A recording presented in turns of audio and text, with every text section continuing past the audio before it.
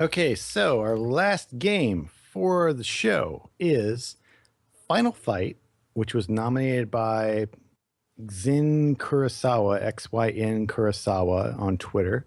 It was developed and published by Capcom, released in arcades on December 1989, according to Wikipedia.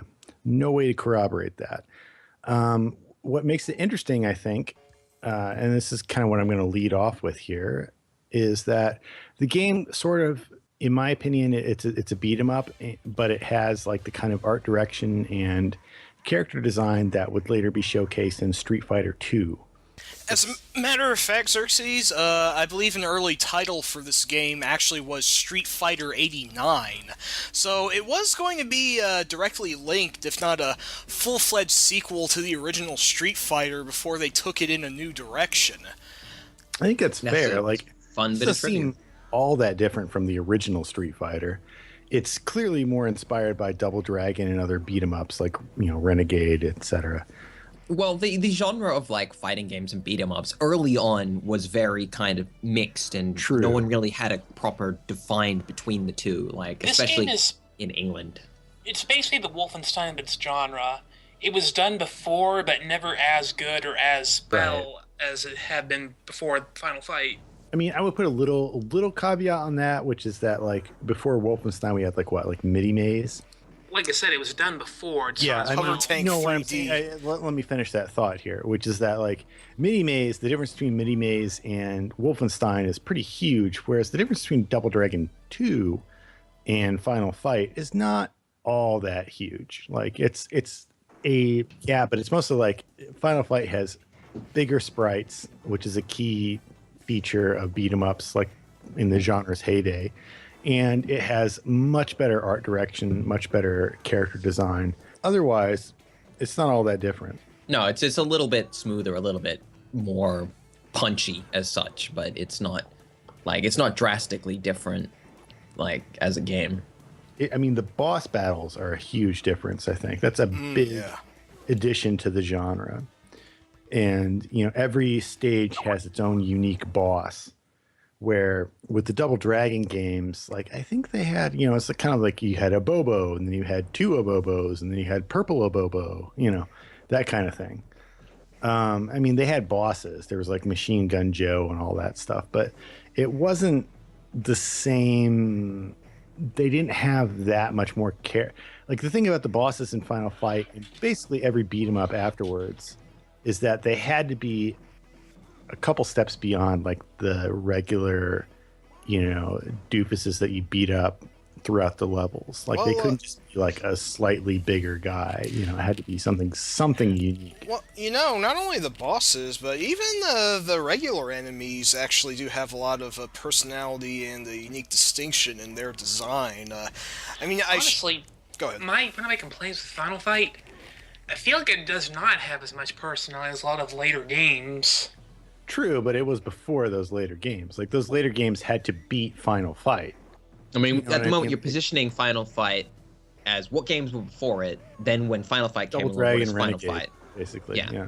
Pretty much, So- Technos was pretty much the only producer of beat 'em ups, and I gotta say, like the original arcade Double Dragon doesn't hold up well today. It is really choppy by today's standards. Things just slow down whenever a third sprite gets introduced to the screen. But Final Fight has like 8 enemies all at once, and it never slows down, which was They're huge, and the level art is great. It's like the backgrounds are really detailed.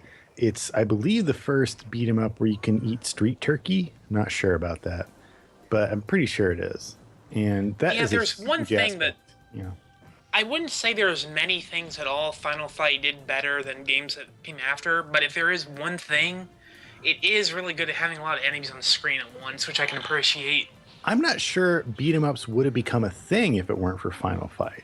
I'm kind of harsh on it. I mean, I know I kind of sound like the villain here, but it's not a bad game. I don't want to sound like it. It's just, I appreciate what it did. I also appreciate what Super Mario Brothers, the original, did, but you wouldn't say it's better than, say, World.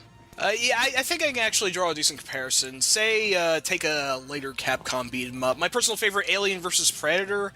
Alien vs. Predator is like Earthbound, while Final Fight is Earthbound Beginnings. Little callback to a That's a previous good way to episode. look at it. I mean, I do think you guys are getting a little bit ahead here because I don't think we even mentioned what the hell Final Fight is as a Yeah, game. Final Fight, So like, it isn't. it's like a side-scrolling beat 'em up, very much in the vein of Double Dragon, as we've mentioned, has connections to the Street Fighter shared universe, I guess. It has 3 playable characters. You can play 2 at a time. The characters are the generic Cody, who's a guy in literally jeans and a white t-shirt. His girlfriend gets kidnapped by the Mad Gears, vaguely Warriors-esque street gang, which is ruled by Mr. X. Is he or am I thinking of Streets of Rage? No. The big boss is known as Belger of Final Fight. Belger, yeah. Yep. So He's the wheelchair dude. Jessica, Cody's girlfriend, gets kidnapped. Also, the daughter of the mayor of the city, Mike Hagar. who Who is, as it turns out, an ex-pro wrestler. ex-pro wrestler. Really, you would never guess he was an ex-pro wrestler. He has like the Lil Abner, like one suspender kind of like overalls too, which is 'Cause that's his mayoral outfit, right? Wait. Like he's just sitting there like in his office and he's just like, my daughter's being kidnapped. Hey! Apollo. I think you Yeah. really, really don't want to piss off Mike Hagar because he can fight Galactus and win. Exactly. I'm sure like his to get elected as mayor, his campaign was just like, I will literally punch crime in the face. Like he does. He does. Many years later, I think Hagar is still the greatest politician in all of video games because his approach to solving things is just punching guys, which And is pile driving thing. yeah, exactly, slamming everybody, which turns out to be a lot more effective than a bunch of block bureaucracy. I mean, Final Fight the first beat 'em up that includes the mash all buttons to do special move that depletes your health? I think it might have been actually, or at least definitely the first one majorly innovative. But that could have been like a. I want to say it was the first, and I know that every one of Capcom's beat 'em ups and many others by other companies basically had that in there as a bailout if you get like locked into a punch loop from other enemies. That it's a bit of a penalty, but at least it's better than just taking a full string of hits. One flaw about this game I really hate. I hate how many enemies there are where like your main attack is just punching you very slowly 3 times. Yeah. Yeah, well, I mean that's what beat 'em ups did. I mean that's definitely something that evolved and changed a little bit in like successive years. But Wait. I don't want to get ahead of ourselves too much. We forgot to mention that everybody loves Hagar. You know, Cody's there. He has a reason to be there. Just you gotta talk about the other guy. the other guy. Yes, his name's Guy, and he's a ninja for some reason. He's a ninja in Zubaz and like Nike Air Force One. Well, actually, that factor didn't come along until he became a playable character in Street Fighter Alpha. It just seemed like he had pretty standard boots in the original game here. He's still a white guy hip hop ninja, which is. I mean, he's so unimportant that they didn't even bother putting him on the thoughts. Here's the thing. Here's the thing that I learned though. Guy's appearance was actually modeled after one of the bandmates of the band Fugazi, Guy Picciotto, who has the sort of similar, slightly flat top black hair that Guy has in this game. Did not know that. And this game does have quite a few musical references to it. How there's a couple of burly guys known as Axel and Slash, and the that certain character by the name of Poison, likely named after the '80s band. And I mean that's a big part of this is like the character design, which I want to say is like it predates Street Fighter 2, which is a huge deal. Just to wrap up on Guy, like I mean the characters did have differences between them in a way that a lot of subsequent beat 'em ups did not bother to do. Cody, I mean, these are minor differences, but I think they're important for differentiating it. It's like it is an innovator, but it's not as unsophisticated as it may seem. Like Cody, like almost every street fighting beat 'em up has like the knife weapon that you can pick up off the ground and immediately hurl at your enemies, even though that is a huge waste of knife. But Cody can just will pick it up, and if you're close enough to the enemy you're attacking, he'll just stick him like a pig right in the belly, which is great because he later goes to prison in the story, and so he just very realistic there. Yeah. Yeah, that was really grim what they did to him. Apparently, one of the bosses is a corrupt cop named Eddie E, and I think Eddie managed to bust Cody for fighting too much as a personal grudge, and then I'm gonna point something out. Is it me or does Guy feel objectively inferior to Cody and Hagar? Well, Guy can jump off of invisible walls. He can jump off the edges of the TV screen. Yeah, he got sort of a crap power there. I mean, Guy, he's the speedy one of the bunch, and his extra speed is useful. I'll never be able to replicate this, and the difficulty might have been toned down, but Guy's the only character I managed to get to stage 4 without continuing. That was a really good day, but it just feels like his damage output is just so nerfed. But it is, yeah. It is, yeah. Yeah, I mean... You guys talk about jumping, and it reminds me, this might be the first game that you can, in a beat 'em up, where you can jump on top of crates and stuff. You can actually do that. You don't just have to break them. You can jump on top of them. The world is there. It's present. That's true, yeah. That is a good point. In Double Dragon, you can pick up oil drums and throw them, but... Yeah, and this takes the next step where now you can throw them. And you can jump on top of them, and then you can jump off them and kick things. There's a nice physicality, which is so important to you can roundhouse kick a phone booth and grab an apple out No, of it. you can't throw them. You can only break them. But you can use swords and pipes, at least. That's right. They switched it around. I mean, it's got let's go over some of the other high points of its character design. One of the cool thing about, well, this isn't character design, but this is just more a cool detail of the game. But every enemy, as soon as you punch them, you'll see their life bar pop up, which I believe is a beat 'em up first. Yeah, I think that was an innovation too. It will give them a name. So even if they're just a palette swap of an earlier enemy, they'll still have a unique name, which is great. The absolute base tier enemy is known as Bread, B-R-E-D, which I really hope was a typo for Brad and not some sort of I think weird... it was.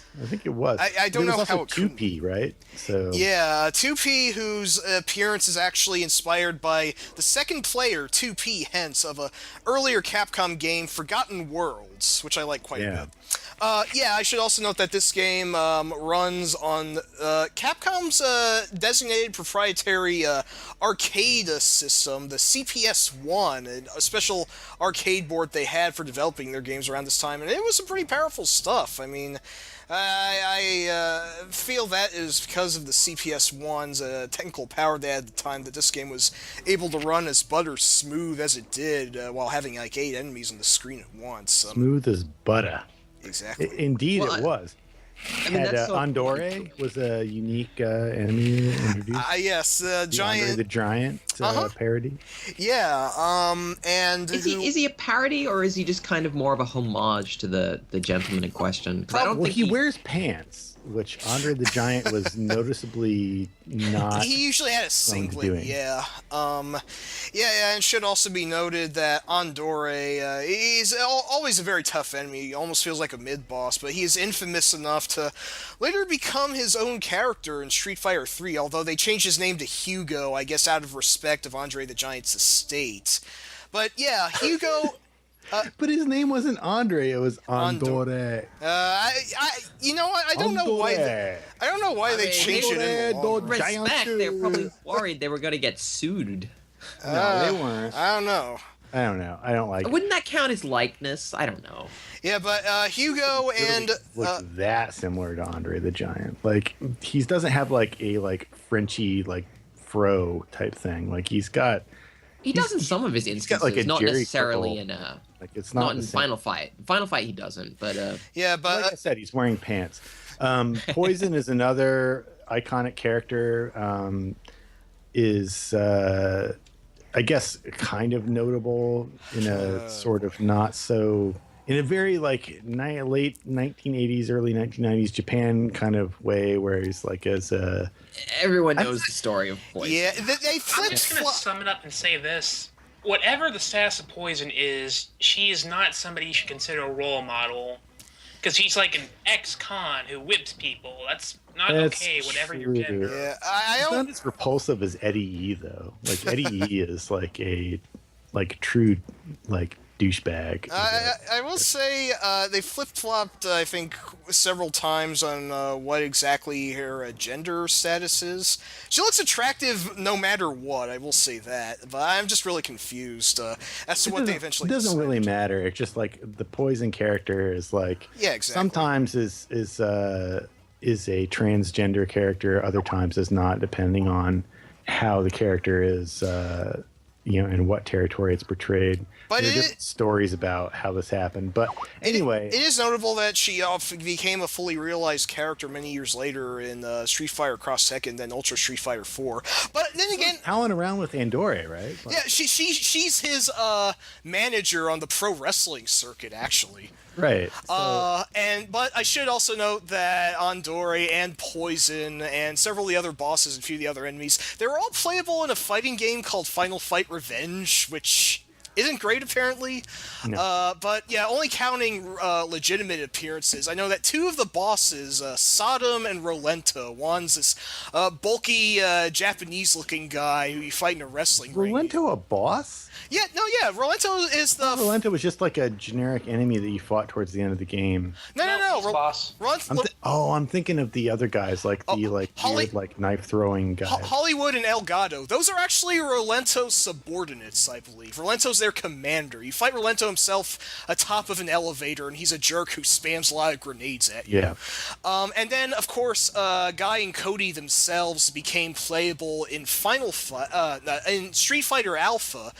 Hagar has yet to make a proper appearance, but he was in Marvel Saturday Night vs. Slam Masters, right? Oh yeah, of course. Oh, I love Slam Masters so much. Yeah, Slam Masters is canonically takes place before Final Fight. It's his wrestling days, along with several other neat characters. And of course, Hagar is playable in Marvel vs. Capcom 3, and he's one of my personal favorites because you get to beat superheroes with a lead pipe with him. So that's great. That's all the appearances I can think of for everybody outside of Final Fight. This part's probably going to get cut in the long run, but I just thought it was interesting to note all that. Well, it is a good point. Like, we're going to have to rank this next, but like, I do want to say, like, I don't think that Street Fighter 2 would have existed without Final Fight. I don't think so either. Street Fighter 2 really owes a lot of its design, its visual appearance, and maybe even a little bit of its gameplay to Final Fight's own flow. I mean, compare Final Fight to the original Street Fighter, which is just clunky as hell. The move list is maybe a little simpler, but I think just like the visual appeal and a bit of the controls. Quite simpler. Yeah, quite a lot. I mean, of course, Street Fighter 2 made a good deal more complex. I think someone got the idea of combining like Street Fighter and Final Fight like peanut butter and chocolate to give us Street Fighter 2, and that's how that came out. There are plenty of better beat 'em ups later, but this is really, in my opinion, like, this is why there were still beat 'em ups being made in the future. Like, Yeah, I don't think anybody would have bothered with it. There'd be no Ninja Turtles. Influential, I cannot deny that. It's a very important game. That's what we're going to have to consider along with the game when we throw it into this list that we have. Are we here. ready to give a ranking? Because I have an idea. Yeah, go ahead. Between Street Fighter 3 and Outrun. Right, I think everyone's looking on the list to try and work out where the hell. Yeah, okay, so Street Fighter 3 is currently ranked number 28. And Outrun is currently ranked number 29. I mean, let's not get hung up. I mean, I would put it above here. Street Fighter 3. I would put it above, just because, like, Street Fighter. First of all, everybody knows my opinion about Street Fighter 3, which is it's a good game mechanically, but the character design is garbage. I still highly disagree with Final Fight, to be honest. Oh, we No, can't make Final this into Fight Street is- Fighter 3 Oh, again, boy, guys. Final Fight is character design the game. Here it That's what it comes. is. I mean, aside from milquetoast, two protagonists who are just kind of like, oh, those guys. Hang on. They have names. Let me say this. I really do like Guy and Cody a lot. It's just their problem is they're not Hagar. That's why everyone hates them. You like Doesn't Guy matter. and You got Cody? one This is why you playable like character Street Fighter who's 3 memorable, characters, plus because you've you like got- Guy and Cody. Andore made it into Street Fighter 3, so you've they got have some Damned, synchronicity. Sodom, Eddie E. I mean, the Rolento. I mean, the Abigail, bosses are memorable. You've got the bad guy at the end who's in a wheelchair, and then he jumps out of it and like pulls out a machine gun. It's an automatic crossbow that has an improbably infinite awesome. number of I feel like bolts. Yeah.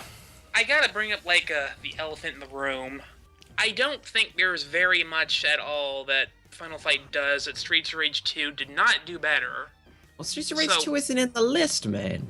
Right, but we gotta keep in mind. And also, Streets of Rage 2 would not exist if it were not. There's no doubt that Definitely Streets of Rage as a genre was like, let's take Final Fight and kind of neonify it. Let's put it in that sort of seedier Super neon. Nintendo exclusive, the port, and they're like, well, we can do that. And so they make the sprites a little bit smaller. They decrease the colors. They add like a future element to it.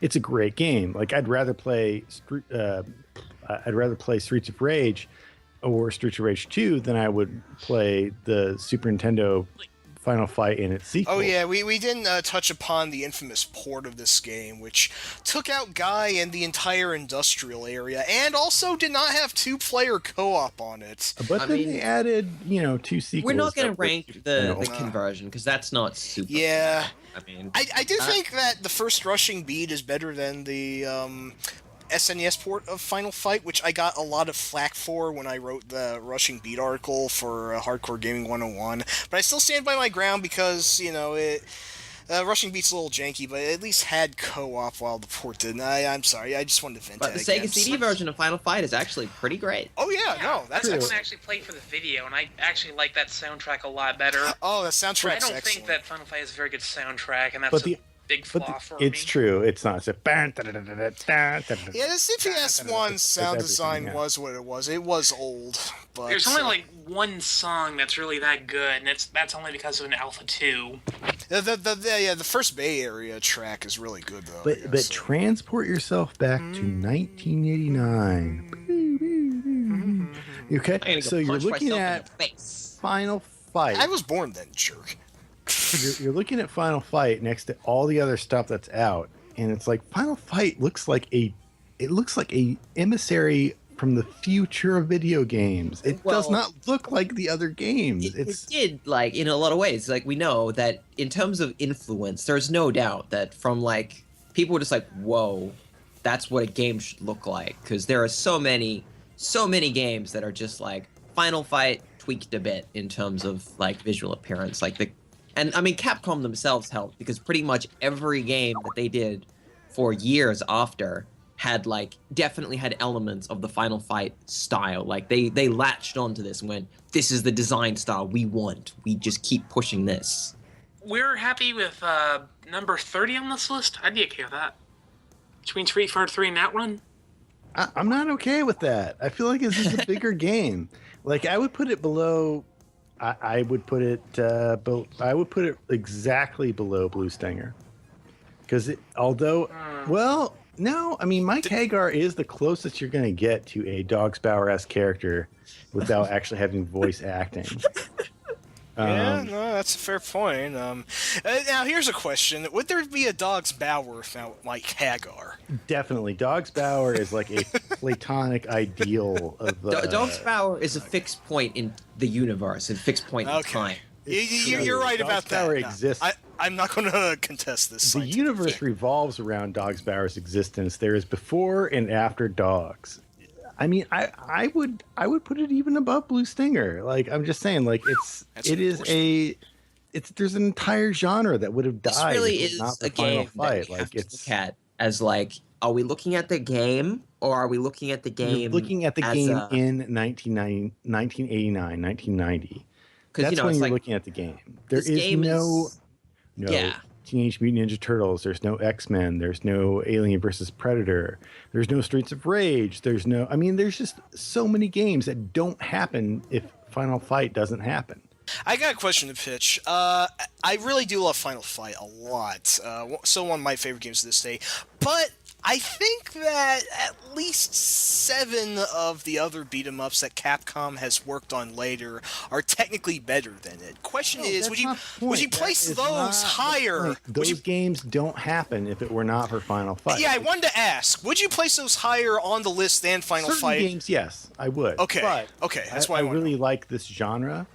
But I'm just saying, like, Final Fight, like, I'm also, here's the other thing, you gotta, Street Fighter 2 doesn't happen if not for Final Fight. Exactly.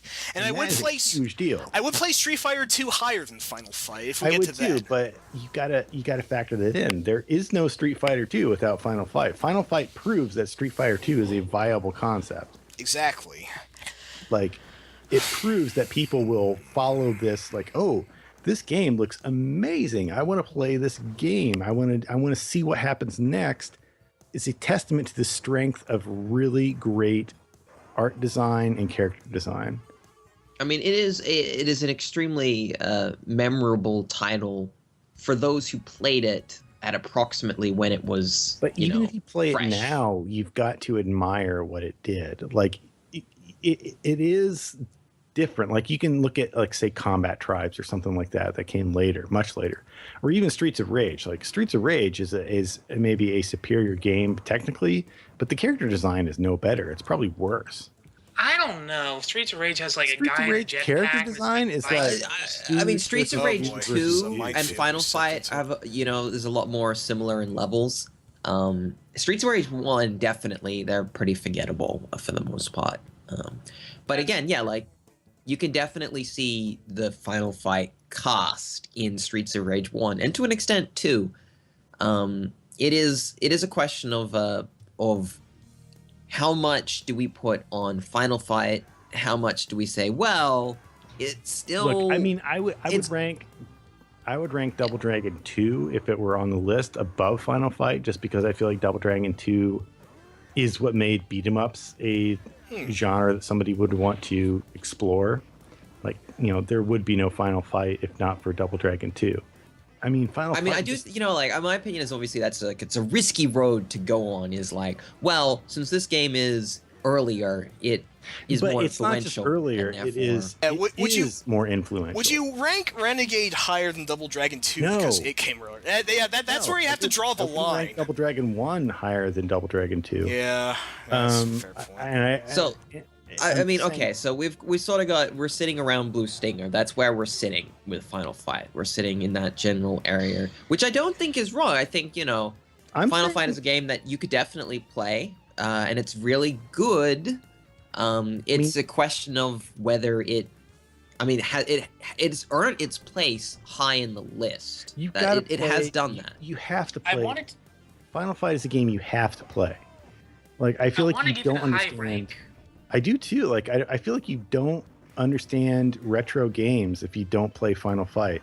Here, let me throw out a hot pitch. I do not know why I'm thinking this, but I'm going to say between Crash Bandicoot 2 and Super Mario Land. How's about that? See, I mean, what I'm thinking, I'm okay with that, actually. Like, I feel like it's in the Space Harrier range. Yeah. Like, I am careful here because there are lots of these titles.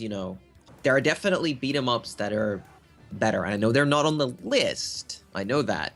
Right. But it's a question of, like, I guess, Space Harrier is a game that's hard to beat when you line it up against its contemporaries and its successors, because it's such a thing. I guess I'm thinking about the future here. I'm thinking of if we're gonna have so many beat 'em ups, and if they'll place above Final Fight. There are beat 'em ups that are better than Final Fight, but I wouldn't say, like, you don't understand games unless you've played Alien versus Predator. You know what I mean? I'm saying, like, you don't understand the history of video games if you haven't played Final Fight. You don't have a right to an opinion. I mean, that is the question is, like, Final Fight is directly responsible. They're all reactions to Final Fight. I'm just saying, like, are the subsequent beat 'em ups are they that much better than Final Fight? They're really not. I mean, like, something like Streets of Rage 2 adds just enough tweaks to really set it apart. Streets of Rage 2, I mean, also understanding beat 'em ups as a genre, any beat 'em up that wasn't designed for the arcades is not the same thing, because it's got to be a different level of difficulty. It's got to. Streets of Rage games are better than any Final Fight game just because they're made to be beaten. Yeah, that is one point we didn't touch upon, how unfair and quarter munchy that Final Fight can all arcade games. Exactly. Quarter munchy. That's exactly another point. I'm saying, like, Final Fight is a quantum leap, in my opinion, in terms of not game design. I'm not saying that, but I'm saying everything else that video games can be, it counts. You know, in terms of game design, yeah, not so great, but everything else video games can do, like just the idea of world building, this game does that. It's like it's a direct predecessor of Grand Theft Auto in a sense, because every person you hit in the face has a name. You know, they're individualized. It's something. Though, unlike Grand Theft Auto, the police aren't on your ass. Well, unless you count Eddie, but I mean, I know. I mean, in many I know what you're ways, saying. World. I did think here that the above Blue Stinger placement was a more reasonable position to me. Oh, you mean just above Blue Stinger, not below Crash? Just above Blue Stinger was.